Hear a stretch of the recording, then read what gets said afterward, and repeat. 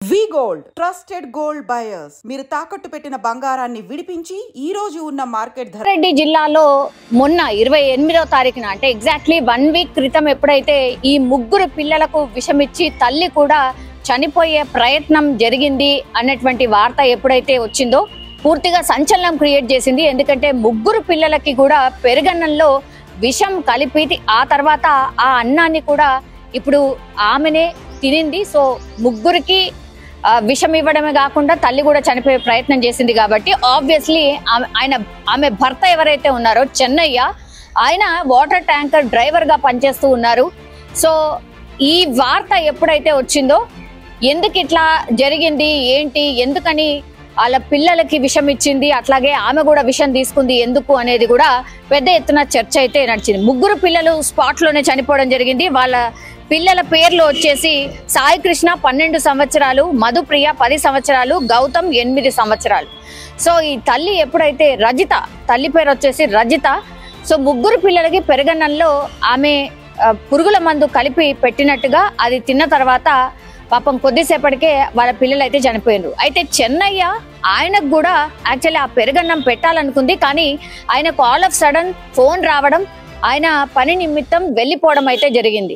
అప్పుడు ఈ రజిత అనే ఆమె ఏం చేసిందంటే ఆమె కూడా పెరుగన్నం తినింది అని అనుకున్నారు అంతా, కానీ కాదు. యాక్చువల్లీ ఆమె పెరుగన్నం ఎంత తక్కువ తినిందో తెలియదు, బట్ ఆమెను హాస్పిటల్కి తరలించడం, కొంత కడుపు నొప్పి వస్తుంది అని చెప్పడంతో దగ్గరలో ఉన్నటువంటి ప్రైవేట్ హాస్పిటల్కి తరలించింది. వెంటనే ఆమె కోలుకోవడం కూడా జరిగింది. ఆమె ఇప్పుడు ప్రస్తుతం బాగానే ఉంది.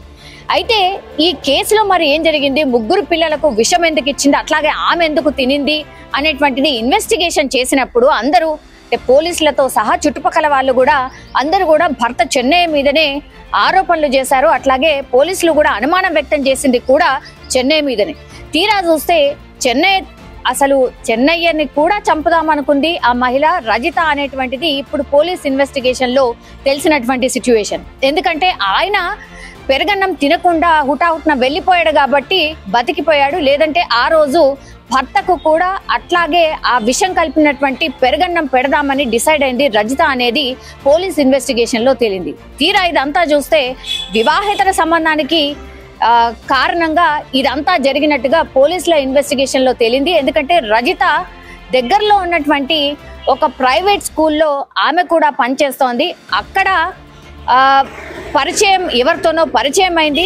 ఆ వ్యక్తే ఇప్పుడు వీళ్ళందరినీ అడ్డు తొలగిస్తే ఇంకా ఆ వ్యక్తితోని కలిసి ఉండొచ్చు అని భావించింది. కాబట్టి వీళ్ళందరి హత్యకు కుట్ర చేసినట్టుగా పోలీసుల ఇన్వెస్టిగేషన్ లో తేలింది. ఇప్పుడు సంచలనం క్రియేట్ చేస్తోంది. ముగ్గురు పిల్లల్ని చంపి ఆ తర్వాత భర్త చెన్నయ్యను కూడా చంపాలనుకుందా అనేటువంటిది ఇప్పుడు ఆశ్చర్యం కలిగిస్తోంది. ఎందుకంటే మనం గ్రౌండ్ రిపోర్ట్ కి వెళ్ళాం. గ్రౌండ్ లో కూడా ఈ ఇద్దరు గురించి కానీ ఆ ఫ్యామిలీ గురించి కానీ ఎవ్వరు కూడా నెగటివ్ చెప్పలేదు. ఎప్పుడు కూడా వాళ్ళు కొట్లాడుతున్నట్టు కానీ ఇంకేదన్నా జరిగినట్టు కానీ ఎక్కడ కూడా లేదు అనేటువంటిది కూడా అక్కడ చుట్టుపక్కల వాళ్ళు కూడా చెప్పినటువంటి సిచ్యువేషన్.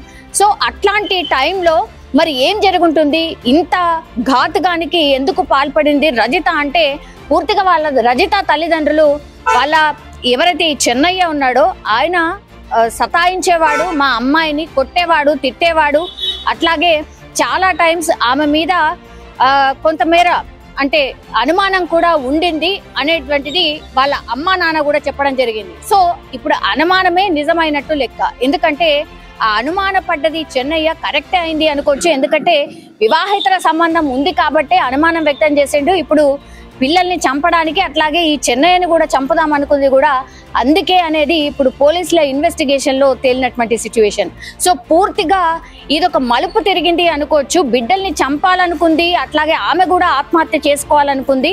భర్త వేధింపులు తాళలేక ఆయన అనుమానం తాళలేక అని అందరూ అనుకున్నారు. కానీ ఇప్పుడు వివాహేతర సంబంధం దీని అంతటికీ కారణంగా పోలీసుల ఇన్వెస్టిగేషన్ లో తేలినటువంటి సిచ్యువేషన్. సో పూర్తిగా ఈ కేసులో ఏం జరిగింది ఏంటి అనేది కూడా పోలీసులు ప్రెస్ మీట్ పెట్టి మరి చెప్పబోతున్నారు. మరి కాసేపట్లోనే ఆ ప్రెస్ మీట్ కూడా ఉండబోతోంది.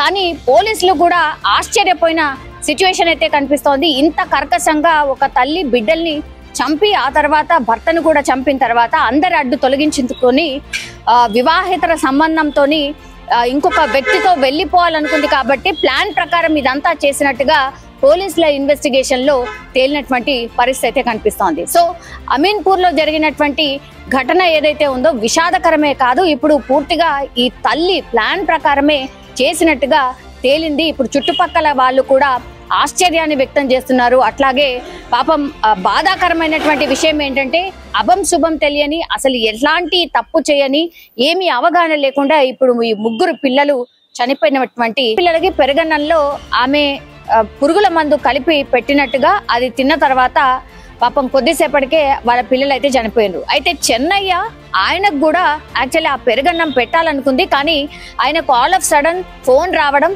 ఆయన పని నిమిత్తం వెళ్ళిపోవడం అయితే జరిగింది.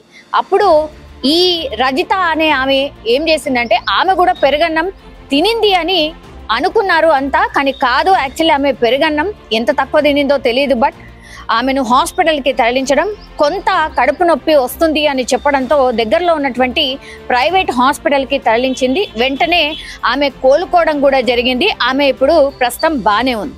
అయితే ఈ కేసులో మరి ఏం జరిగింది, ముగ్గురు పిల్లలకు విషం ఎందుకు ఇచ్చింది, అట్లాగే ఆమె ఎందుకు తినింది అనేటువంటిది ఇన్వెస్టిగేషన్ చేసినప్పుడు అందరూ పోలీసులతో సహా చుట్టుపక్కల వాళ్ళు కూడా అందరూ కూడా భర్త చెన్నయ్య మీదనే ఆరోపణలు చేశారు. అట్లాగే పోలీసులు కూడా అనుమానం వ్యక్తం చేసింది కూడా చెన్నయ్య మీదనే. తీరా చూస్తే చెన్నయ్యని కూడా చంపుదామనుకుంది ఆ మహిళ రజిత అనేటువంటిది ఇప్పుడు పోలీస్ ఇన్వెస్టిగేషన్ లో తెలిసినటువంటి సిచ్యువేషన్. ఎందుకంటే ఆయన పెరగన్నం తినకుండా హుటాహుట్న వెళ్ళిపోయాడు కాబట్టి బతికిపోయాడు, లేదంటే ఆ రోజు భర్తకు కూడా అట్లాగే ఆ విషం కలిపినటువంటి పెరగన్నం పెడదామని డిసైడ్ అయింది రజిత అనేది పోలీస్ ఇన్వెస్టిగేషన్ లో తేలింది. తీరా ఇదంతా చూస్తే వివాహేతర సంబంధానికి కారణంగా ఇదంతా జరిగినట్టుగా పోలీసుల ఇన్వెస్టిగేషన్ లో తేలింది. ఎందుకంటే రజిత దగ్గరలో ఉన్నటువంటి ఒక ప్రైవేట్ స్కూల్లో ఆమె కూడా పనిచేస్తోంది. అక్కడ పరిచయం ఎవరితోనో పరిచయం అయింది.